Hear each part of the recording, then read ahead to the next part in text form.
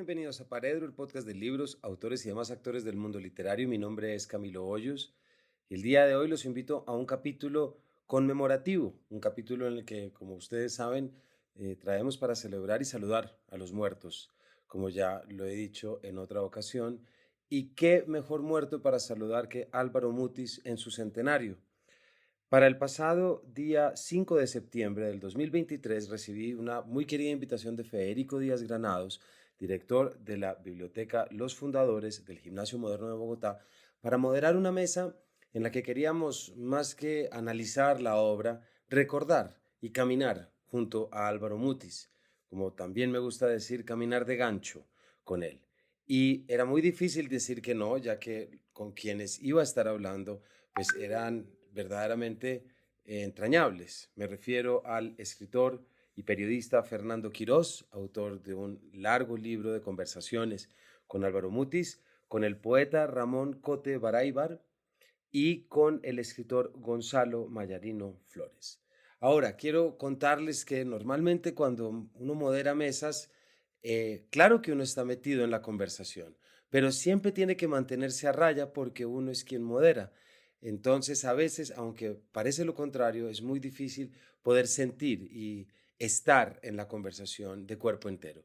Para esta fue absolutamente mágico, en la medida en que me sentí sentado en la sala de una casa de cualquiera de los tres invitados, charlando sobre Álvaro Mutis de una manera cálida, entrañable y cariñosa y muy íntima. El público no fue mucho, pero eso fue lo de menos porque se estaba creando esta imagen y yo estaba convencido que en cualquier momento Álvaro Mutis iba a salir de la oficina de Federico, que queda justo detrás del escenario, iba a salir de la oficina y nos iba a abordar y acompañar en los sofás en los que estábamos sentados con su grande y sonora voz. Y creo que eso muestra el nivel de cariño que se llevó durante la conversación, por lo que me place muchísimo compartirla y, por supuesto, saludar desde aquí a nuestro muerto Álvaro Mutis. Álvaro Mutis nació en Bogotá en 1923 y murió en Ciudad de México en 2013.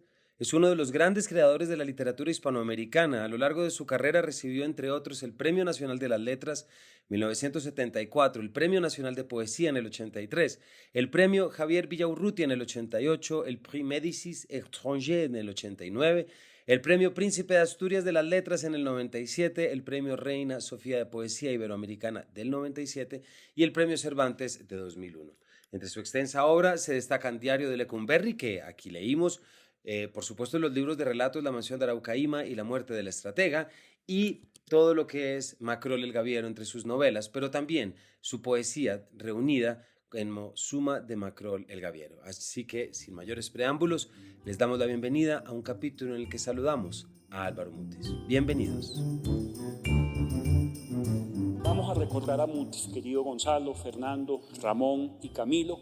Nuevamente, gracias a ustedes por venir, gracias por acudir siempre con tanto cariño a esta programación. Me da mucha alegría ver pues tantas caras amigas y Libardo, como siempre, muy fiel y firme, junto con Tatiana y Olga Lu, aquí en la programación de la Agenda Cultural. Fede, muchísimas gracias por la invitación para venir no solamente a recordar a Mutis, sino poder hablar con ustedes, con Ramón, Fernando y Gonzalo, y además bajo esta premisa que ya Fede decía, que estamos acá también para recordar a Mutis, ¿cierto? Y hay una figura que era con la que yo les quería proponer. Hay una figura que a mí me gusta mucho de Cortázar, ya veníamos hablando ahorita de Cortázar, pero Cortázar tiene un libro que es muy poco leído que se llama Imagen de John Keats, en el que él habla de cómo, y son además 450 páginas de un homenaje personal que le hace a Keats, y dice, aquí lo que yo me pretendo, lo que yo me propongo, es más que pensar a Keats, es caminarme de él de gancho, y poder caminar la calle con él de gancho. Y me recordó mucho también algo muy bonito de alguien que yo sé que es muy querido acá y en esta casa, y es William Ospina hablando, aquí venimos más a sentir a Humboldt que a pensar en Humboldt. Entonces yo quiero proponerles que vengamos a sentir más a Mutis, ¿verdad? Y sentirlo al lado, bajo esta idea de caminar con él de gancho. Entonces, agarrando un poquito de eso, quisiera arrancar precisamente que pudiéramos generar esta imagen del Mutis que ustedes tienen. Entonces me atrevo y quiero preguntarles, si tuvieran la oportunidad hoy, precisamente, de caminar de gancho con Mutis, ¿sobre qué hablarían? ¿Qué le preguntarían o qué le contarían? De muchos temas. Te voy a decir uno que se me ocurre, que fue un tema recurrente cuando estuve, yo viví en Madrid muchos años y coincidió con la publicación de la saga de Macrobel el Gaviero, de manera que Álvaro empezó a ir a Madrid, yo creo que en el 86 publicó La Nieve del Almirante, si no estoy mal, y ahí en adelante. Y entonces del 86 como hasta el 90 y pico. Y siempre iba mucho a Madrid, nos veíamos mucho, pero íbamos al Museo del Prado. Entonces, ahí contesto tu pregunta. ¿De qué hablaríamos? ¿Sí? De pintura. Con Álvaro fuimos muchas veces al Museo del Prado a ver, por supuesto, a Catalina Micaela y también a su querido Velázquez, a Zurbarán. Pero era muy curioso porque antes de llegar al cuadro de Catalina Micaela de Sánchez Coello, había que pasar por una sala del barroco italiano, entonces uno tenía que pasar por Tiziano y por Tintoretto. Entonces, perdón con las aquí presentes, yo sé que es políticamente incorrecto, pero somos amigos y estamos en familia y estas cosas yo creo que se pueden decir. Me decía Álvaro, vamos a hacer el tour de las tetas, Ramón. Y entonces, ¿por qué? Porque para llegar a Sánchez Coello primero teníamos que ver un Tintoretto que tenía una virgen con un seno desnudo, el derecho, ¿sí? En la pared opuesta había otro que era también de Tintoretto, que estaba el seno izquierdo descubierto, ¿no es cierto? Y uno pasaba a la siguiente sala y estaba un Tiziano con los dos senos descubiertos. Entonces decía, vamos a hacer el tour de las tetas y efectivamente llegábamos hasta allá, ¿sí? A ver a Catalina Micaela y lo que Muti sabía, pues por supuesto de historia, pues no tiene nombre. Entonces, ¿qué me gustaría? Volver a hablar de pintura con Álvaro. Fernando, muchas gracias, Ramón. Camilo, pues a mí me gustaría poder caminar con él por esos caminos de Coello, que tanto lo emocionaron siempre y que le salvaron la vida, de alguna manera, cuando se quedó sin ese reino que era Europa.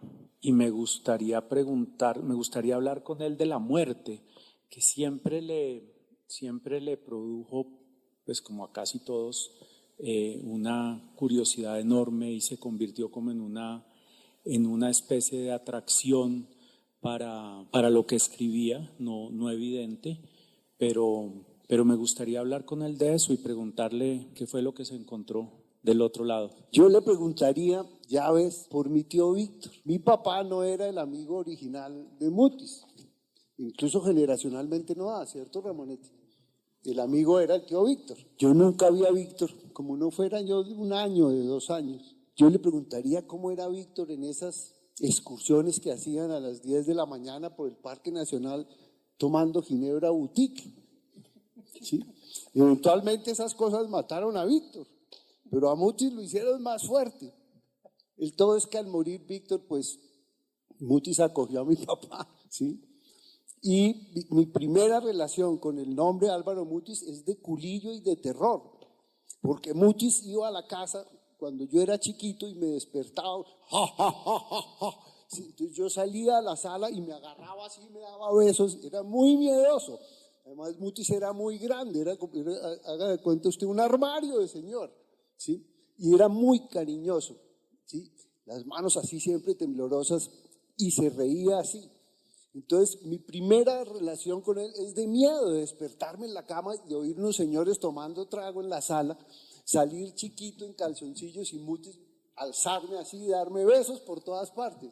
Eso lo evocaría y lo recordaría con él, pero le preguntaría cómo era Víctor Mallarín. Eso me da mucha ilusión, saber cómo era en esas excursiones que hacían por el Parque Nacional, bebiendo Ginebra Boutique a las 10 de la mañana. Muchas gracias, Gonzalo. Bueno, ya que trajimos y evocamos a Mutis, fuera del camino de gancho, y no es para que sea una pregunta capciosa, pero me interesa mucho saber para ustedes con qué palabra acaba de aparecer Álvaro. Es decir, traes esto, ¿qué palabra te queda de esto, Ramón, Fernando y Gonzalo? ¿Qué palabra te representa muy bien esa presencia y ese recuerdo? Uy, Álvaro siempre decía, el calificativo que le daba Álvaro a las cosas siempre era que algo que le gustaba era entrañable. ¿Sí? Este es un libro entrañable, tengo una amistad entrañable, hay un lugar en Amberes que es absolutamente entrañable, en este bar he pasado momentos entrañables, y justamente es una palabra que no se usa mucho, y Mutis la llenaba de sentido, porque efectivamente cuando uno estaba con él, como llenaba los espacios, como estaba diciendo Gonzalo, con esa voz, era impresionante, ¿no? Eso sí, todo el mundo se quedaba parado, porque llegaba Álvaro y hablaba o se reía, y él era capaz de volver cualquier situación normal en algo extraordinario, ¿sí? Entonces, la gente, si él daba lo mejor de sí, sacaba lo mejor de cada uno, ¿sí? El mejor cuento, y uno estaba locuaz, divertido, y entonces como que hacía que efectivamente momentos como transitorios en alguna cafetería o algo así fueran efectivamente entrañables, ¿sí? Porque cada uno daba lo suyo. Álvaro era un relacionista público, pues como se sabe, pues en varias empresas aquí en Colombia y pues por supuesto también en México. Tenía ese don de gentes tan extraordinario que hacía que los momentos más sencillos y más banales, futiles, fueran maravillosos. Yo recuerdo que también lo acompañaba: Ramón, acompáñame a comprar un saco al Corte Inglés. Entonces íbamos al Corte Inglés, y de hecho muchas veces, yo tuve durante muchos años, y mi saco era el saco de Álvaro Mutis. ¿Qué se hizo mi saco de Mutis? Porque era un saco en B, en color camel, ¿sí? Que era el color que le gustaba a Álvaro, y a su vez la textura, y yo pues por supuesto no solamente lo imitaba literariamente, sino por supuesto en el vestido, ¿sí? Entonces, por supuesto, después cuando pasaba por ese Corte Inglés allá era en Callao, ¿sí? Que ustedes habrán estado muchas veces, donde estaban antes Galerías Preciados y tal, y entonces uno iba y volvía a otro de ese sitio, y ya ese sitio donde había estado comprando el saco con Álvaro Mutis ya era un sitio entrañable. Pues a mí la primera que se me ocurrió fonéticamente es parecida, pero no en su significado, y es improbable, que si lo leen, cuando la próxima vez que lo lean, van a ver que es una palabra que él repite con frecuencia en sus escritos. Y la aplica mucho, y habla de la improbabilidad de las cosas, habla del azar, de lo que no se cree que puede pasar, de lo no preocupados que hay que estar por lo que pase mañana, porque todo eso es improbable, sino más bien pensar en el presente, que era más que una certeza de él, lo era de Macrol.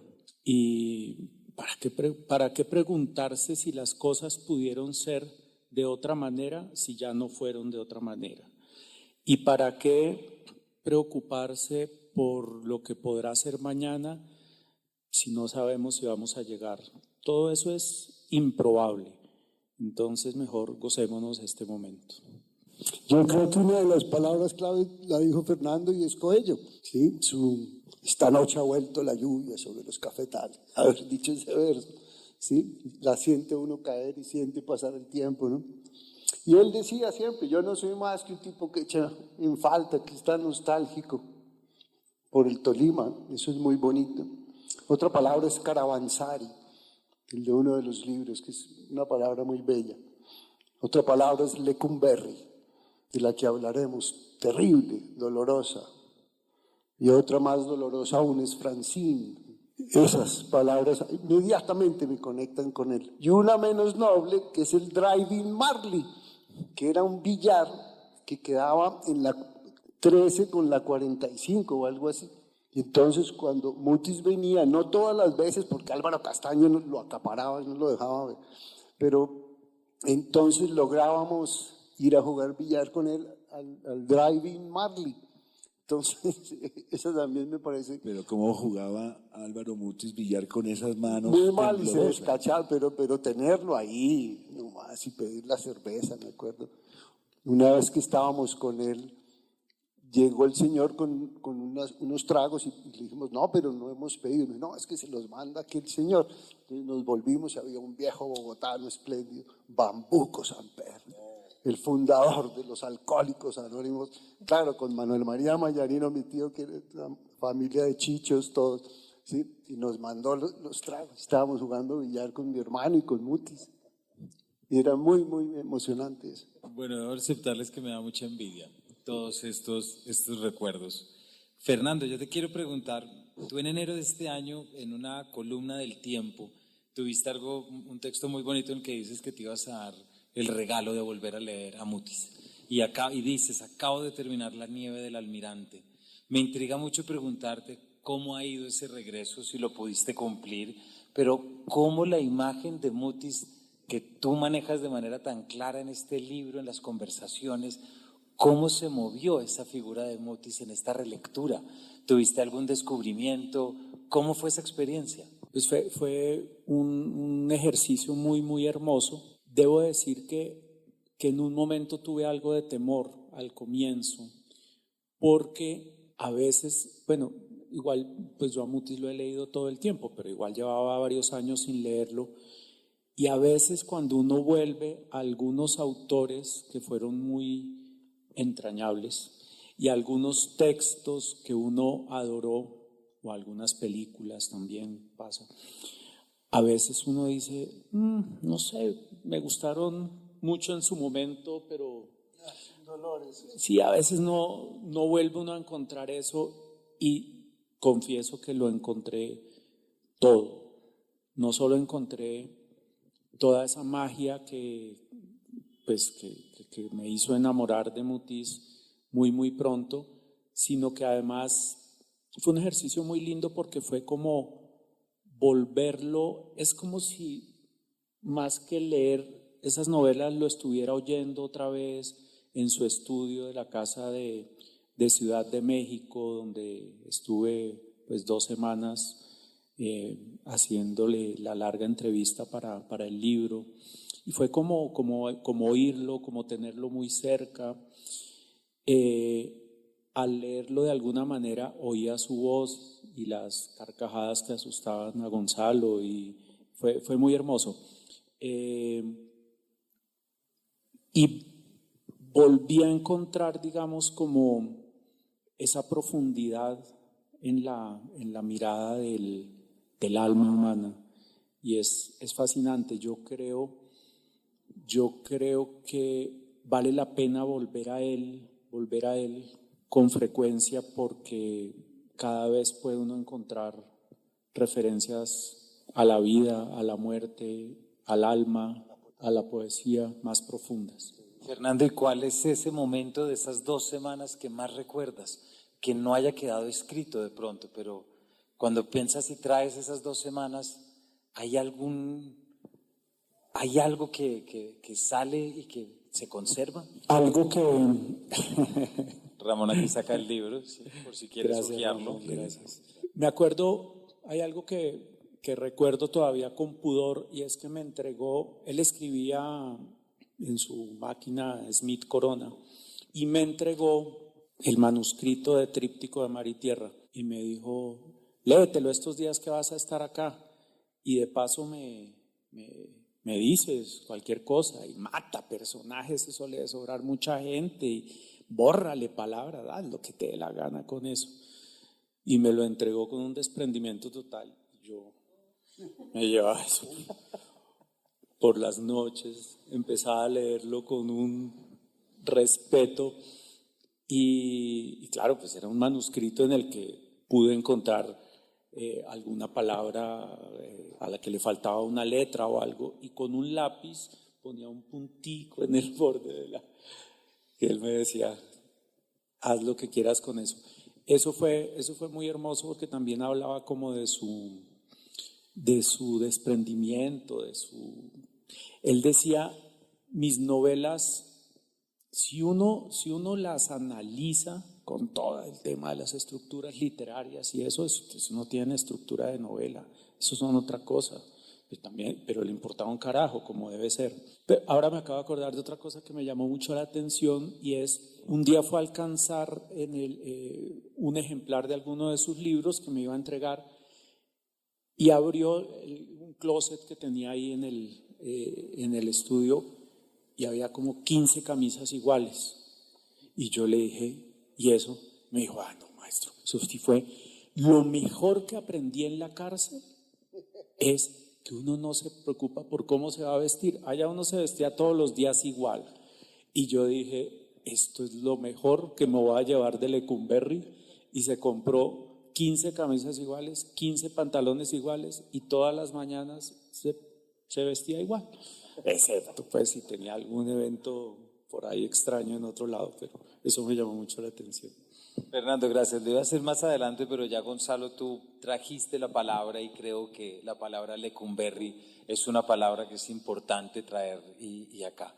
¿Cómo ha sido esa experiencia para ustedes que lo conocieron, que lo leen y que lo leyeron, tan traumática como tú dices, tan inesperada, muchas cosas? ¿Cómo pervive ese episodio dentro de la obra y el recuerdo de Mutis? Pues ya nos dices que sacó una enseñanza de las 15 camisetas, sí, cosa que arranca bien la respuesta. Pero en realidad, ¿cómo fue eso emocionalmente para él? A Mutis lo meten preso en México por utilizar, vamos a decir, con cierta liberalidad unos dineros. ¿Sí? Él no era un tipo pues que acumulara así como un personaje de Dickens, pero bastaba con él. Ampulosidad. Entonces, lo que a él le pasó y lo que él sintió está en el diario de Lecumberri, que es espléndido. De esos textos de Mutis es como decir El último rostro o La mansión de Araucaima, ¿no? Una cosa antes de la gran explosión de Magrol. Entonces eso está en ese libro. Pero yo tengo razones muy personales para estar vinculado con eso, y es que el segundo a bordo en el departamento, en la Standard Oil, era mi papá. Mi papá pasó unos meses muy angustiado, ¿sí? Y Mutis fue imperial, ¿sí? Desde el principio dijo, Gonzalito nunca supo de nada, yo manejé esas platas con total, y puso a mi papá a salvo con los gringos y con los jueces. Eso fue muy atortolante. Y sin embargo, en el corazón de mi papá y en el interior de la familia nuestra, un agradecimiento inmenso con Mutis, ¿sí? Porque eso ha podido salir muy mal. Eventualmente, yo no sé cómo pasó la cosa, pero ya estando él preso, creo que es un hermano de Alfonso López Miquelsen que encuentra un vicio de procedimiento, ¿sí? En el procedimiento, y lo logra sacar con eso. Pero fue muy atortolante y la angustia fue muy, muy grande. En lo personal, mi papá se pasó 3 o 4 meses al borde de que lo encararan también, y Mutis lo puso a salvo desde el comienzo. Dijo, Gonzalito no tenía nada que ver. La cosa conmovedora de Mutis era cómo quería a mi papá, que era menor, ¿sí? Que se refería a él con un cariño, y verlos hablar era una cosa tan emocionante, ¿sí? Y pues oírle decir a Mutis o hacer una consulta literaria era muy raro, porque entre Mutis y Dios sabían todo lo que hay que saber de literatura, y Dios tenía que responder por ahí por un 1%, ¿sí? Y consultarle a mi papá, ¿sí? Preguntarle a mi papá, oye, don José Chegaray si era tan malo, no, cosas así. Entonces era muy emocionante, pero de nuevo, en la relación de ellos dos, el afecto, ¿sí? Si llegamos a Estocolmo y al Nobel ya les contaré más cosas, pero el afecto, el tipo tan amoroso que era, tan generoso, tan desprendido, y eso lo llevó a la cárcel. Hay como 2 cosas que quisiera decir sobre Lecumberri. Una es que en la entrevista yo le propuse que primero hiciéramos un recorrido por su vida, digamos que eso se tomó una semana, por decir algo, y la segunda semana ya fueron temas específicos, personajes, rutinas, en fin. Pero en ese recorrido pues era evidente un momento en el que lo que seguía era Lecumberri. Y la entrevista eran muchas horas al día, y fue muy, muy agradable, yo lo sentí muy contento y muy suelto, Pero el día que llegamos a Lecumberri, esa mañana se levantó, estaba trastornado completamente y cuando nos sentamos a trabajar, ese día estaba muy serio y estaba mal. Y me dijo, Fernando, yo te prometí que íbamos a hablar de todo. Y vamos a hablar de todo. Pero quiero que entiendas que este es un momento muy difícil para mí. Y empezó a hablar. Y fueron unas horas difíciles en esa entrevista. Fueron muy difíciles para él, sobre todo, por supuesto. Algo que en otro sentido que me parece que hay que decir sobre Lecumberri es que Lecumberri le dio a Mutis las piezas que le faltaban para armar ese rompecabezas del alma humana y del ser humano. Es increíble porque él tenía, digamos, pues había vivido momentos de opulencia, unos de los que precisamente lo llevaron a la cárcel. Era un viajero impresionante por razón de su trabajo y también, bueno, tenía el elemento infaltable del mar, que era pues como la gran fascinación, los puertos, el mar, los barcos. Tenía el trópico, tenía Coello, tenía ese mundo femenino que él dice que empezó a conocer, digamos, con hondura en esas mujeres en las que está inspirada Flores Teves, por ejemplo, las mujeres de esas tierras cercanas a la línea. En fin, pero le faltaba, digamos, no debió ser agradable, por supuesto, pero si uno lo mira desde la poesía y si uno lo mira ahora, pues fue un regalo maravilloso que le dio la vida para que él pudiera, eso fue determinante en su obra, determinante.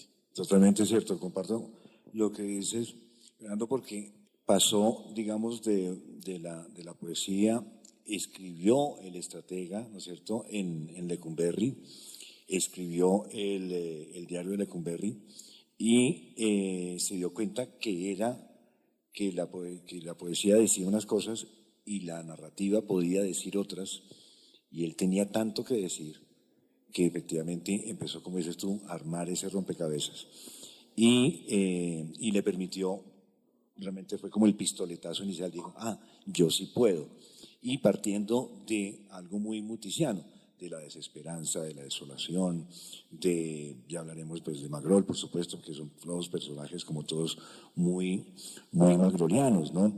Hay una escena de un personaje que muere por haber consumido el Tecate Balín, ¿no es cierto?, que era la heroína mezclada con la cal, y entonces efectivamente muere, y cuando este personaje de la cárcel muere, amigo de Mutis, dice Álvaro en un momento dado que le ponen en un pie a modo de identificador, que se llamaba, Pedro Pérez, no sé, Pedro Pérez, ¿sí? Y le decía, abajo había una cosa que dice, libre por defunción, que eso es brutal, libre por defunción. O sea, uno se ríe, pero no deja de ser patético, ¿sí? Y la otra cosa, volviendo a eso, al Corte Inglés, a Sacos y tal, ya lo conté también en este sitio, pero justamente ahora que lo comentas, cuando uno iba con Álvaro a los restaurantes, a los bares, uno escogía una mesa, ¿sí? Y él siempre decía, no, Ramón, yo no me hago ahí. No, decía, no, viejo, esa es la otra, viejo. No, viejo, yo no me hago ahí, ¿sí? Porque eso aprendí en Lecumberri, que uno nunca le debe dar la espalda a la puerta de entrada. Eso lo aprendí en la cárcel. Y entonces efectivamente cogía y se sentaba así como grande, como si estuviera vigilando la entrada, como si alguien fuera a asesinarlo, ¿no es cierto? Entonces él nunca le daba la espalda. Ramón, gracias. Justamente mencionas algo que te quería preguntar. Y es esto que tiene la obra de Mutis y que ahorita tanto se habló en tantas cosas, pero es ese cambio del lenguaje de la poesía a la narrativa. Y ya aquí acabas de dar una puntada sobre eso, ¿cierto?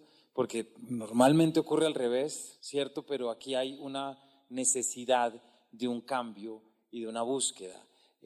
Tú en cuanto poeta y todo, Ramón, por supuesto, pero ¿cómo ha sido tu diálogo con esa poesía y con esa narrativa? Es decir, ¿cómo ha sido tu intercambio personal con el tiempo, entendiendo esos dos lenguajes y esa misma esencia, digámoslo? Sí, mira, yo sé que va a sonar bastante pedante, pero tengo que decirlo.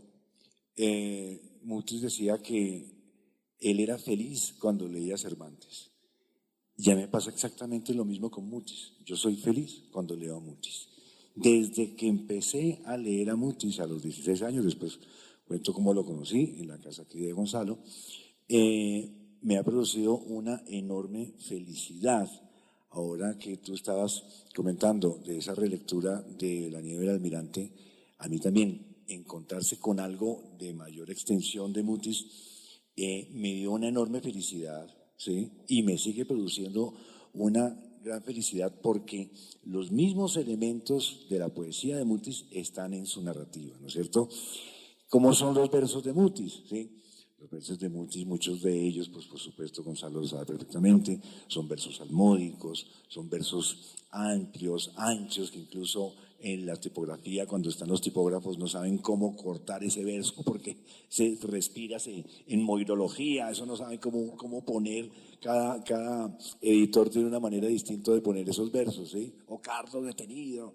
Entonces, tiene ese mismo lenguaje, ese mismo timbre, ese mismo tono, pero con esas minucias cotidianas y a su vez con un detenimiento propio en el paisaje particularmente, ¿no es cierto?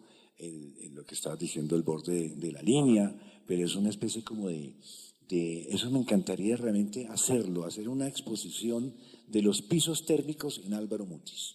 Sería extraordinario y sería una exposición bellísima y efectivamente con las plantas de su querido tatarabuelo, ¿no es cierto?, de José Celestino Mutis. Entonces, porque está todo puesto de manera tan organizada y a su vez, ¿por medio de qué? Por medio de este personaje maravilloso que si ya es extraño que, ojo con esto, si ya es extraño que la poesía tenga un personaje, estamos hablando de una rareza, es mucho más raro que un personaje de la poesía funcione en la narrativa. O sea, eso va en contra de cualquier sentido común. Y resulta que funcionó.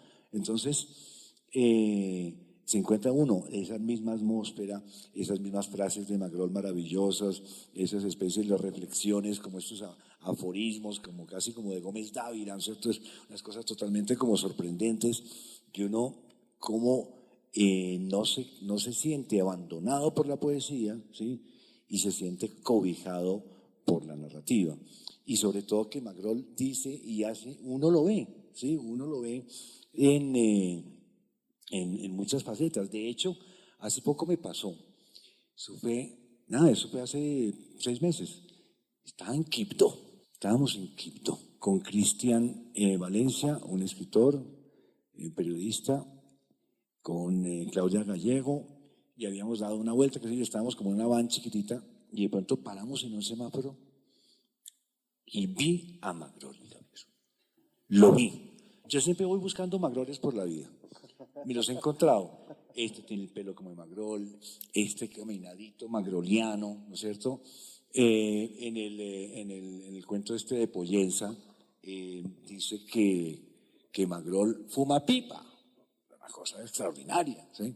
Óyeme, y de pronto estábamos en Quibdó, que ya se podrán imaginar cómo es Quibdó, pero es peor de lo que se imaginan, ¿sí? Pero es una belleza, es una cosa extraordinaria, es una ciudad muy, muy, muy bonita, muy pujante. Y en un semáforo en rojo estaba Magrol. ¿Cómo es Magrol? Pues como se imagina cada uno su propio Magrol, ¿sí? Con el pelo como canoso, con la nariz así como de judío, como temeroso, pero al mismo tiempo con unos ojos alertas. Y yo me quedé absolutamente clavado y yo no pude decirle a Cristian, ahí está Magrol. Ahí está Magrol. Sí, yo me quedé como... Y efectivamente cuando ya le iba a decir, ya arrancamos y Magrol se fue. Entonces yo creo que Eso es como esos personajes que dicen que están vivos en una isla. Marilyn Monroe, ¿cómo se llama los actores famosos, ¿no? Y yo creo que en esa isla está Magrole Gaviero. Qué bueno, Ramón, muchas gracias. Bueno, yo sé que Macrol está y va a aparecer, pero a ver si de pronto por aquí podemos hablar de él, Gonzalo. Acabas ya de dar una imagen de ese mutis familiar que tú sentías, y no solamente porque estaba desde pequeño en tu casa, sino que también por tu padre y tu familia. Tengo entendido que también Mutis conoce a García Márquez y empieza ahí algo que es sobre lo que también vamos a hablar ahorita, que es esa relación y todo, porque mientras hablas de Macrol, digo, ¿qué otro personaje perdura como Macrol y aparece Los Buendía? Es decir, es como, ¿qué nos vamos, por Aureliano o por Macrol? Y creo que hay mucho que hablar, pero me interesa mucho, y ya mencionaste tú un poquito Estocolmo, entonces me gustaría que nos contaras un poquito de ese recuerdo de lo que es Mutis, pero también con esa variable importante que es García Márquez. Y bueno, y ya la siguiente pregunta hablaremos de la relación, pero ¿por qué no nos cuentas un poquito de eso, lo que supuso y cómo lo recuerdas? Primero te cuento cómo dejé de escribir poesía y de imitar a Mutis, como hacíamos todos, y me puse a hacer mis novelitas, que buenas o malas se las dejo a Mutis, porque me di cuenta, yo no puedo seguir por la vida imitando a Mutis, ya voy a cumplir 40 años, no puede ser. Y eventualmente pues dejé de escribir la poesía y me embarqué en la trilogía Bogotá. Pero lo bonito de eso es como Mutis, una vez que le mandé los poemas, me contestó, ¿sí? Dándome pistas. Él no me iba a decir, no, mi hijo, no. Sí, me dijo, Gonzalito, querido. Me puso así, tengo la carta. Recuerda lo que dijo nuestro santo padre Neruda. Dios me libre de inventar cuando estoy cantando. Y al final me pone, y recuerda siempre, mi hijo, ¿sí?, que la poesía es como manejar ácidos letales.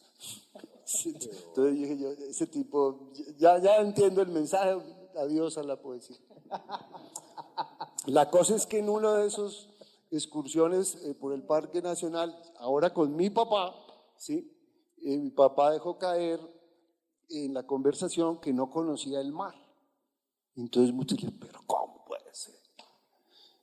Gonzalito, no conoces nos vamos para el mar ya, ¿sí? Entonces, en ese momento él era el director de Relaciones Públicas de Lanza, la agencia de viajes, llamó y dijo, me preparan 2 pasajes que me voy con, y se fueron en uno de esos, ¿sí? Y allá llegaron a Cartagena, y Gonzalito, mira el mar, mijo, mira el mar. Mi papá lo vio y quedó pues muy emocionado y todo eso. Entonces mi papá le dijo, pues te voy a corresponder y te voy a presentar a un amigo costeño que tengo aquí, que trabaja aquí en un periódico, ¿sí? Y fue y le presentó a García Márquez, ¿sí? De la relación de ellos dos y de la amistad, pues cuánta cosa bella se puede decir, ¿sí? Sí, baste decir que estuvimos con Gao en Estocolmo y que Mutis estaba. Y Mutis recuerda esa noche en Boca Grande, porque además se desató una tormenta poderosa, ¿sí? Mutis, claro, inventó una mitología alrededor de eso. Dijo, ya se veía que esos relámpagos, ¿sí?, traían todo el ciclo de García Márquez y nuestra amistad que hoy fructifica aquí en el norte, pues todas esas cosas que inventaba Mutis. Pero es muy emocionante pensar que mi papá le dije, te voy a presentar a un amigo costeño que tengo aquí, y era García Márquez. Y hacíamos mal en no mencionar a García Márquez porque es tremenda presencia en la vida y en la obra de Mutis. No se les olvide que Mutis estuvo en México, siempre, pues iba y venía, lo que sea, pero de los colombianos que estaban allá, pues Gabo y Mutis, ¿sí? Yo creo, esto ya es muy personal, que al final del final, los 2 grandes amigos son ellos 2. Eso es lo que yo creo. Yo creo que la cosa mexicana influía, ¿sí? Seguramente el estar allá. Pero yo creo hoy en día que, a lo mejor me van a regañar por esto, pero yo creo que el amigo que Mutis más quería en los últimos años de su vida es Gabo, y para Gabo el amigo que más necesitaba y quería era Mutis. Y estoy dejando a un lado a mi papá, ¿sí?, y a Castaño. ¿Sí? Pero ellos dos, por eso haríamos muy mal no mencionando esa amistad que además pues se celebra con un Nobel. Bueno, esa relación que se podría escribir varios tomos, pero hay un par de cosas que dan cuenta de lo profunda que era esa amistad, o varias cosas. La primera es simplemente anecdótica, y es que en la sala de su casa Mutis tenía un mueble, una biblioteca pequeña en la que estaban todas las traducciones que, pues, o en todos los idiomas de 100 años de soledad. O sea, no eran sus libros lo que tenía ahí, tenía los libros de su amigo. 100 años de soledad en, no sé, 30 y pico de idiomas estaban ahí. Es muy bonito. Y tenía una fotografía muy cerca de ese mueble, pero que ocupaba un lugar protagónico en la sala de su casa, de Gabo, Mercedes, Rodrigo y Gonzalo. Una fotografía en blanco y negro muy linda. A mí me sorprende muchísimo, cuando recibió el Nobel, Gabo tenía que dar 2 discursos. Uno que daba pues, el discurso oficial, que lo da normalmente el que recibe el Premio Nobel de Literatura, como en nombre de todos, y es como un acto solemne en presencia de todos los invitados de todas partes, con el rey a la cabeza y tal, pero hay una recepción en la cual tiene que dar un discurso que no es el principal, que en este caso fue sobre la soledad de América Latina.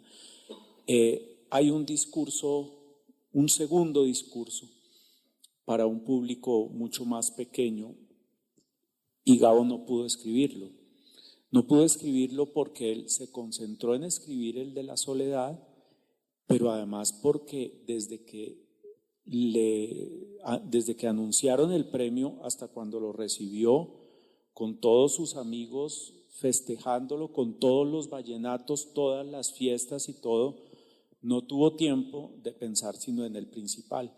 Y entonces él dijo, yo lo escribo en el avión camino a Estocolmo, pero él le tiene pavor a los aviones, entonces no pudo escribir nada. Y cuando llegaron a Estocolmo le dijo a Mutis, le toca escribirme ese discurso. ¿Cómo le va a escribir el discurso a un Nobel? Ese pendejadas. Le toca escribirme ese discurso. Y le dijo, pero ¿yo de qué lo va a escribir? Me dijo, de algo que usted sabe, y ahí se unen los 2 últimos temas, de algo que usted sabe mejor que nadie, de la poesía. Porque de alguna manera también Gabo tenía muy claro que pues la literatura independiente de su género siempre, la buena literatura siempre era rendirle culto a la poesía. Eso que dices es totalmente cierto, pero hay una historia de Álvaro absolutamente extraordinaria. Cuando Gabo estaba escribiendo 100 años de soledad, entonces Gabo escribía, como era tan amigo de Mutis, pues le pasaba lo que estaba escribiendo. ¿Qué era lo que pasaba? Que Mutis, cuando leía esto, quedaba tan absolutamente fascinado que se lo entregaba a Gabo y se lo contaba, salía a contárselo a sus amigos, ¿sí? Pero en palabras de Mutis, corregido, aumentado, desvirtuado, magnificado, de manera que cuando alguien esa historia daba la vuelta y volvía a Gabo, la historia era totalmente distinta, pero mejor. Entonces decía a Gabo que le tocaba volver a reescribir, oiga, esto está mucho mejor de lo que yo había escrito. ¿Ah? Y entonces eso era gracias a estas hipérboles maravillosas, a esa imaginación desbordada, a esa gracia infinita que tenía Álvaro, para que efectivamente García Márquez se diera cuenta, oiga, está buenísima esta solución, qué sé yo, Remedios de la Bella. Entonces llegaba, Remedios de la Bella estaba subiendo, qué sé yo, tranquilamente, y cuando de pronto le volvía el cuento, le contaban a Gabo lo que él había escrito, que había dicho Mutis, era mucho mejor lo que había contado Gabo, lo que había contado Mutis, que lo que había escrito Gabo. Bueno, muchísimas gracias. Creo que el tiempo se nos está acabando, entonces hay una pregunta que yo les quiero hacer, porque pues ya queda clara la relación y la amistad.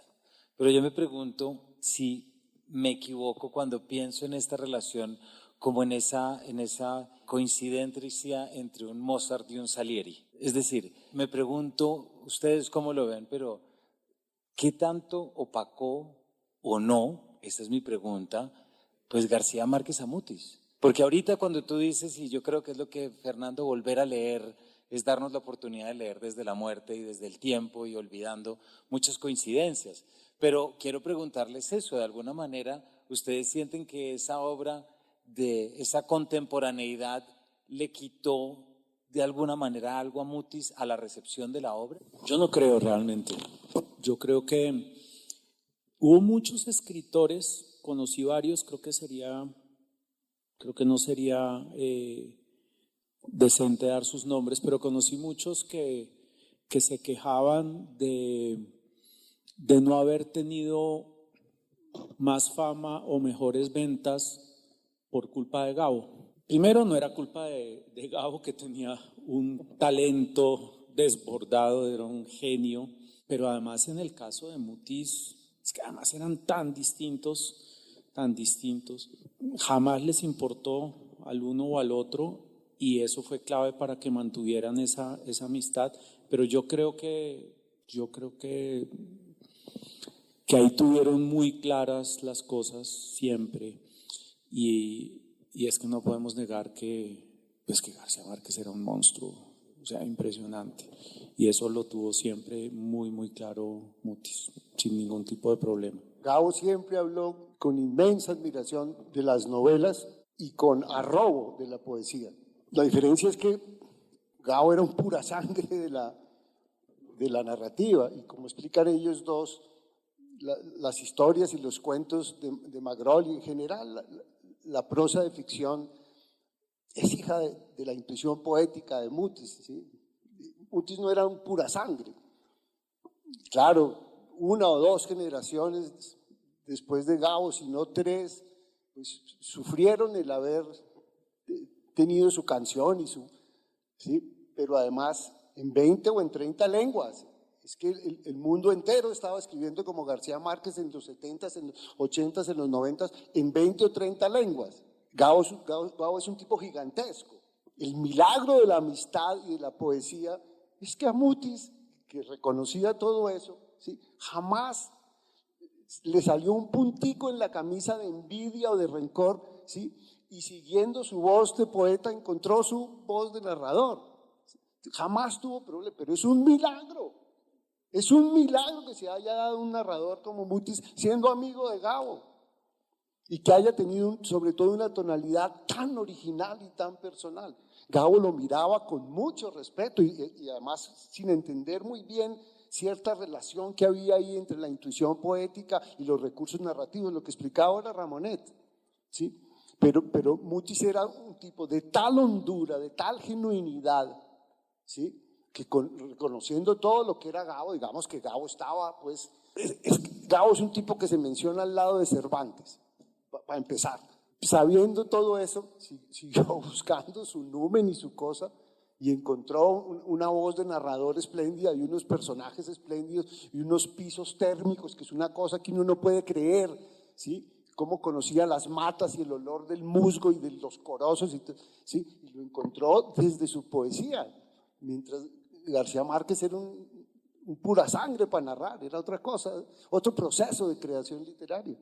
Sí, mira, hay una comparación que se puede hacer con dos grandes que estaban en el sur de América, en Argentina, Bioy Casares y Borges. Almorzaban juntos, desayunaban juntos, iban a las vacaciones juntos. ¿Y cuál es la diferencia? Absolutamente toda, ¿sí? Y Bioy es un monstruo, ¿sí? Y Borges es un monstruo, y son caminos paralelos y tan absolutamente distintos. Lo mismo pasa con Mutis y con Gabo, ¿sí? Ninguno, como dice Gonzalo, ninguno se opacó, ¿sí?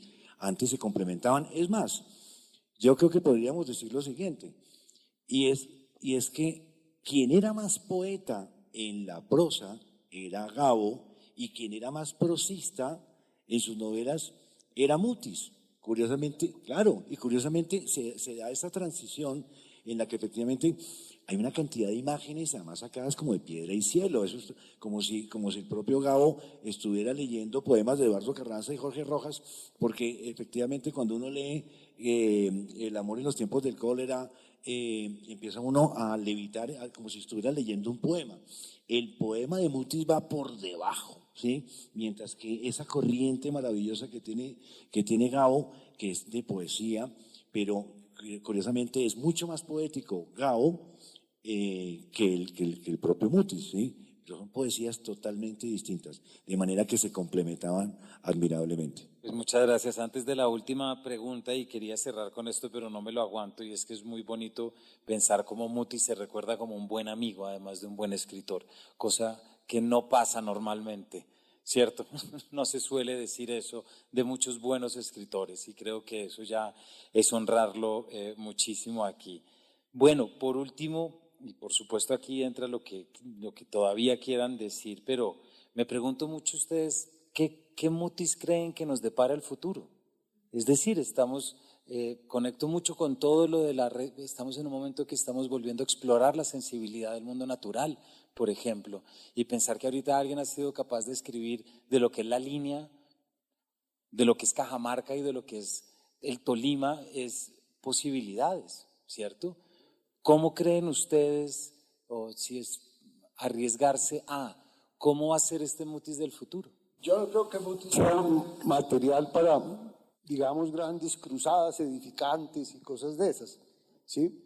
Lo que sé es que los jóvenes empezarán por leer su poesía y llegarán a Macrol y a las novelas. Antes de todo eso, acuérdense del Último Rostro. Eso es una cosa de una belleza, ¿sí? Son los últimos días de Bolívar. ¿Se acuerdan de eso? La mansión de Araucaima y todo eso.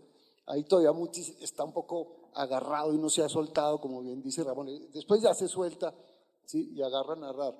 Pero yo creo que el camino de entrada a Mutis bien puede ser la poesía y después ir a sus novelas. A mí me pasó en lo personal una cosa muy emocionante que todavía se me llenan los ojos de lágrimas, y fue leer los poemas para celebrar una infancia de San John Peirce y decir, de aquí venís vos, en alguna medida, ¿sí? Y después ve uno toda la vuelta que Mutis le da a las cosas y cómo se las pasa por las entrañas y por el clima nuestro, ¿sí? Y entonces dice uno, pero aquí hay otro que también tiene una manera y una sensibilidad y una forma de intuir la poesía muy especial. Yo creo que en el futuro lo que perdure y va a ser la entrada a lo demás es la poesía. Yo ahí quisiera disentir, porque yo creo que en un mundo cada vez más digital, cada vez más la gente busca las cosas más fáciles. Ahora que están haciendo 100 años de soledad, no sé cuántos lectores le vaya a quitar la serie a la novela, porque la gente lo quiere más fácil. Yo creo que de pronto puede ser al contrario, que la gente llegue por las novelas, que digamos son más fáciles de leer, y quizás después quiera ir al origen de esas novelas, que bueno, como lo decía Ramón al comienzo, pues es un caso pues bien particular, ¿no? Son todas sus novelas, todo lo que pasa en sus novelas estuvo antes en la poesía. Entonces yo creo que de pronto la gente que se enamore de Mutis, de sus novelas, luego va a querer ver de dónde vienen y aterrizará en su poesía. Sí, me parece que es una casa con dos puertas. En la obra de Mutis, uno puede abrir la puerta a la derecha, que es la narrativa, y la puerta de la izquierda, que es la poesía. Por cualquiera que uno entre, quedaré absolutamente fascinado. Pero creo que, según esa pregunta tuya, yo creo que de todas formas Mutis seguirá teniendo algo secreto, ¿no es cierto? Algo íntimo, algo que nos habla como a nosotros mismos. Gabo es estupendo, es extraordinario, lo queremos, pero con el alma. Pero esa parte secreta de Mutis de compartir ciertas cosas, ciertas reflexiones, ciertas observaciones. Yo creo que va a ser un autor más secreto, y yo creo que él también lo hubiera querido así, ¿no es cierto? Ser no tanto con tanto bombo, tanta historia, sino ocupar un discreto segundo lugar, ¿no es cierto? Yo creo. Bueno, pues muchísimas gracias a ustedes por habernos traído, a Mutis, por supuesto, a ustedes por habernos acompañado, a Fede por la invitación y por supuesto a esta muy bonita siempre biblioteca Los Libertadores. Muchísimas gracias. No sé si hay preguntas del público, por supuesto, abiertos a todo. Recuerden que no importa desde dónde nos están escuchando, este libro lo pueden adquirir desde cualquier país a través de buscalibre.com, que además cuenta con miles de libros con envío en un solo día. En el libro que escribió Fernando Mutis dijo algo que me llamó mucho la atención, y es que Macron tiene sobre todo a su mamá, de doña Carola Mutis.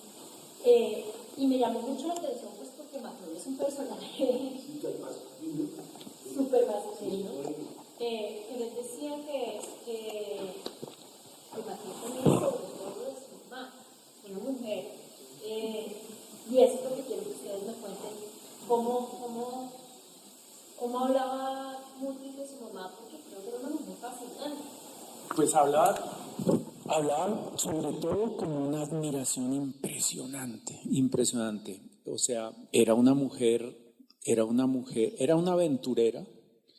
era una mujer, claro, tiene algo, por ejemplo, hay un momento de la vida de la mamá de Mutis, bueno, y de Mutis, en la cual esos principios de Macron, pues, están ahí, y es cuando dejan Europa. Es que eso fue muy duro para ellos. O sea, se muere el papá de Mutis, que era diplomático, se quedan porque el abuelo vendía café, exportaba café y tenía pues allá sus comercializadoras. Se muere el abuelo y pues les toca devolverse, entre otras razones, porque doña Carola hereda Coello y tiene que venir a ponerse al frente de la hacienda y porque ya pues no se pueden dar la vida que se estaban dando allá. Y Mutis decía que su mamá pasó de un día al otro, de un mundo al otro, sin un lamento y sin quejarse de nada. Eso pues habla mucho de ese carácter de Macron. Y otro, en una anécdota pequeñita también, Mutis decía que la mamá decía que los aviones eran para los pendejos. Dice uno, desde allá arriba no ve nada. Ella prefería irse en bus porque ahí se veía cómo cambiaba el paisaje, cómo iba cambiando la raza, o sea, era volver a ver el mundo, pues que eso es Macron también, de manera que sí, muy lindo eso, muy lindo que... Es que Mutis era muy femenino. Fíjate que te digo esto después de lo que he dicho, de la risotote y no sé qué.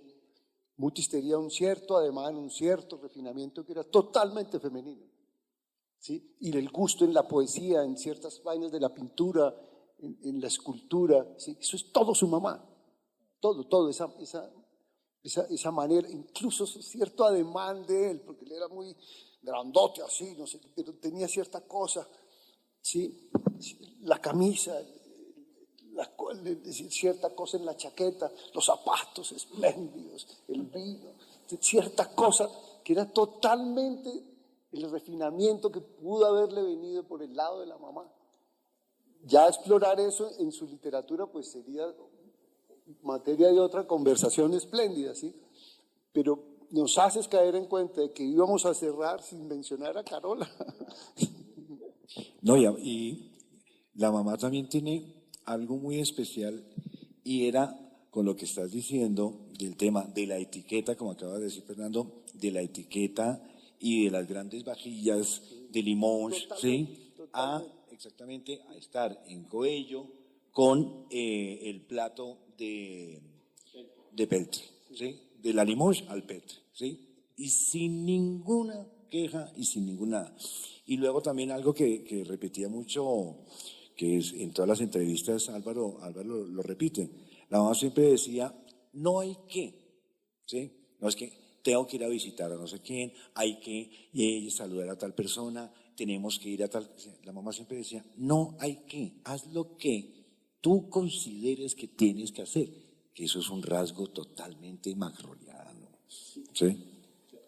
Pero además, claro, hay una admiración profunda por la mujer que no sé si tengas a mano, Ramón, la entrevista hace poco, hace nada, un par de semanas, El País de España publicó una entrevista inédita que le había hecho Ramón en compañía de Esperanza López a Mutis, que lo hablábamos ahorita tras bambalinas, que si lo tienes sería muy lindo porque realmente da cuenta de lo que significaba la mujer para Mutis.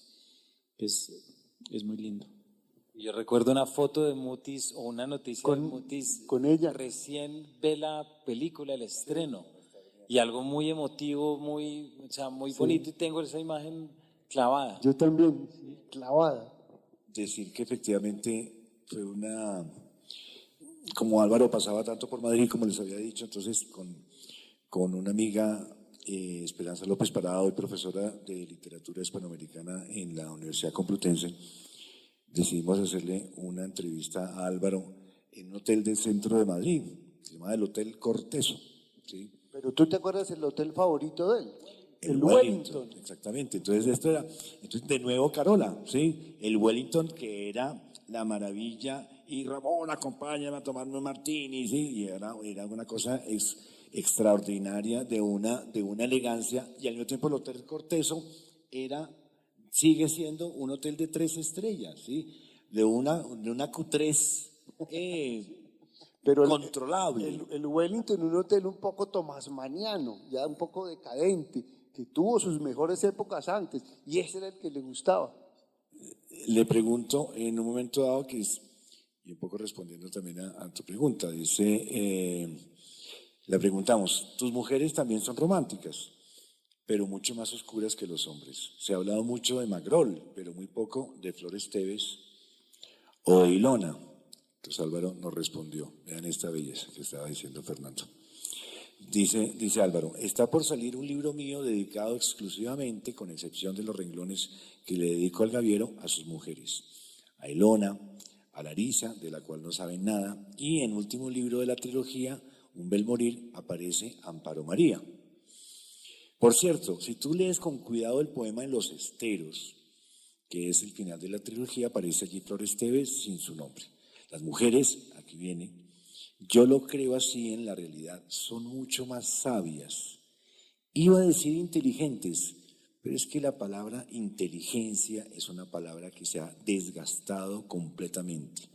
Desgastado y descastado. Son mucho más sabias. Me refiero a esto. Las mujeres ven más cosas en un hecho, ven más auras en un ser instantáneamente, saben más esencialmente que los hombres. Y remata con esta joya inolvidable. Los hombres frente a las mujeres siempre tendrán algo de niños. Ningún hombre acaba de ser definitivamente maduro frente a la mujer que ama. Por favor. Sí. Carmen, en los últimos 40 años. Los últimos 40 años son la compañía de Carmen, ¿no? Antes hay más cosas que decir, porque la madre de Santiago Mutis, su hijo, espléndido poeta, qué tipo refinado, qué editor, ¿sí? Ese, se me fue el nombre. Mireya Durán. Mireya. Pero Carmen es su mujer de los últimos por ahí 40 años, Fernando, ¿sí? Sí, yo creo, yo ¿no? diría que es la mujer de su vida. Yo creo, sí. Una mujer maravillosa, maravillosa. Además, Mutis además necesitaba una mujer sabia, una mujer sabia como ella. Sí, porque Mutis tenía un problema enorme. Es que Mutis les fascinaba a todas las mujeres, o a casi todas, porque pues, por una suma de... Y no solo a las mujeres, a los hombres, a todos nos enamorábamos de Mutis, era imposible no enamorarse de Pero yo creo que con Carmen... Era catalana y Álvaro siempre decía que Carmen tenía esa inteligencia mediterránea, ¿no es cierto? Esa inteligencia que solamente solamente se encuentra en Grecia y en Italia y los fenicios, ¿no? Y entonces, claro, pues Carmen se elevaba y efectivamente era una mujer muy seria, muy cauta, muy prudente, ¿no es cierto? Y Álvaro era pues, el extremo opuesto y lo que dices tú se complementaban perfectamente. Y luego pues pasó lo que ibas a hablar de Francine. Cuenta. Álvaro acoge a los hijos de Carmen, que ellos se casan ya pues de 40 años o lo que sea, y sobre todo muere de amor por Francine, por la hija de Carmen. Sí, es que Carmen enviuda embarazada, lo cual es terrible, ella estaba esperando a Francine, o sea, Francine no conoció a su papá biológico, pero la relación que tuvieron con Mutis, que fue su papá, fue pues, una cosa hermosísima, entrañable. Y Francine se mata en un accidente o se enferma. El cáncer. De un cáncer Claro, largo. eso fue horrible. La última vez. Ahí empezó Mutis. Fue demoledor para se vino abajo. Ahí sí yo lo vi mal. La muerte de Francine, que eso debió ocurrir, ¿como en qué año, Fernando? Lucharon y... 2008, 2009. Eso destrozó a Mutis. Sí, porque yo una vez estando en México llamé a Álvaro, le dije, Álvaro, yo había publicado una antología de la poesía colombiana en la editorial Visor en Madrid y le llevaba un ejemplar. Entonces dije, Álvaro, quiero visitarte y entregarte una antología. Y me dice, no, Ramón, la verdad estoy pasando un mal momento. Francine, la hija de Carmen, tiene un cáncer terrible y solamente pues en esta casa ya no hay risas, sí, ya no hay alegría, ya se acabó todo. Entonces yo quedé así como muy sorprendido y efectivamente fue una enfermedad muy penosa. Creo que fue un año de cáncer y eso también despedazó a Álvaro. Muchos escritores, como decían ustedes, marcados por el lenguaje García Márquez. ¿Hay algún escritor colombiano marcado por el lenguaje de Mutis? Qué buena pregunta, qué difícil. Burgos, por ejemplo, ¿sí? Y no sé si en alguna medida, Fer, ¿cómo se llama el paisa que ganó el Rómulo Gallegos? Pero Burgos, cantor, seguro. Una inquietud que tengo acerca de cómo van ustedes la relación de Mutis con Alejandro Obregón y la relación entre Alejandro Obregón y el personaje de 9 horas. O sea, este paralelo que él mismo menciona, ¿no? ¿Cómo van ustedes a amistad que además era un trío, porque era García Márquez, Obregón y Mutis? Tú que te leíste el tríptico. Ahí está. Pues primero eran 3 necios enormes. Eran 3 necios enormes. Yo creo que yo solo puedo decir una cosa, era tan entrañable Obregón para Mutis que se atreve a escribir el encuentro verdadero entre Macro del Gaviero y Alejandro Obregón. O sea, tiene que ser de una profundidad esa amistad y esa admiración, porque Obregón era otro tipo fascinante también. De manera que yo creo que ahí puede haber muchos elementos también de Macrol en Alejandro Obregón, que además, claro, dijiste algo maravilloso ahora que hablabas de Carmen, que también se aplica en el caso de Obregón, y es, para Mutis era muy, muy importante el Mediterráneo y la gente del Mediterráneo. Y es que el Mediterráneo tiene varios lados y varias caras, pero para él sobre todo esa cosa levantina es fundamental y de alguna manera pues Obregón lo es y tiene pues su sangre es totalmente levantina. Sí, era pues una relación extraordinaria con lo que acaba de decir Fernando, pues por supuesto plasmada en ese texto. Tuve la fortuna de conocer a Alejandro Obregón y hablaba maravillas de Álvaro. Eran exactamente, mira que era mucho más macroliano Alejandro que el propio Mutis, en el sentido de que Mutis, si tú lo veías, muy divertido, pero siempre como muy en su lugar. Quien no estaba en su lugar era Macrol, mientras que Alejandro era mucho más Macrol, ¿sí? Divertido, salir, había que hacer de todo, acompañarlo. Alejandro era todo, en fin, era bastante complicado, pero le encantaba hacer cosas distintas, coleccionar, hablar. Bueno, tenía una memoria extraordinaria. Alejandro recitaba Rimbaud y a Baudelaire, pero de memoria, era absolutamente extraordinario. Le fascinaba la poesía. Entonces, esas conversaciones habrán sido absolutamente pues inolvidables, pues. Y después está el tema del cuadro que conoces, con la pistola y el ojo de Obregón que salta en pedazos. Pero es tan interesante saber que se amaron tanto, que se querían tanto, que de alguna manera se perdió Colombia de una trilogía tan extraordinaria, ¿no es cierto? Como eran estos tres, que después, y con una serie de personajes al lado como Germán Vargas, como Alfonso Fuenmayor, ¿no es cierto? Pues como tu propio papá, ¿sí?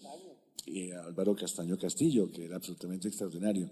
Entonces, y es algo que también se ve en sus novelas, que es uno de los elementos realmente que cohesionan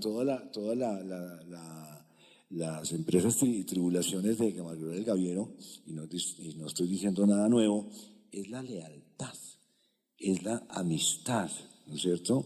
Y justamente eso fue lo que se hizo, y lo que estabas hablando tú ahora, Gonzalo, del Nobel, ¿sí?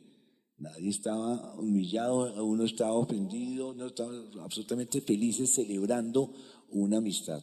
De manera que eso que se ve en Abdul Bashur, ¿sí? Don Jamil, esos personajes laterales de Álvaro que están siempre como una especie como enredadera, todos los une la amistad, la lealtad, ¿sí? Y ahí está en esta trilogía de Mutis, Gabo y Obregón. Y son muy solidarios, ¿no? Ahora que hablas de la amistad, porque, por ejemplo, el que tiene plata les gira a los demás, porque siempre hay alguno vaciado y siempre hay alguno que acaba de hacer un negocio, por supuesto,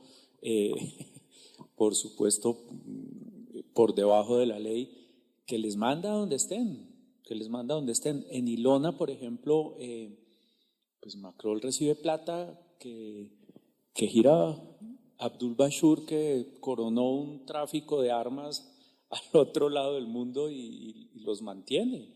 A él y a Ilona después cuando se quedan sin plata. Bueno, pues muchísimas gracias a ustedes por traernos todo y a ustedes por preguntar y acompañarnos. Gracias por Feliz noche. Muchas gracias. Gracias. Recuerden que no importa desde dónde nos están escuchando, este libro lo pueden adquirir desde cualquier país a través de buscalibre.com, que además cuenta con miles de libros con envío en un solo día.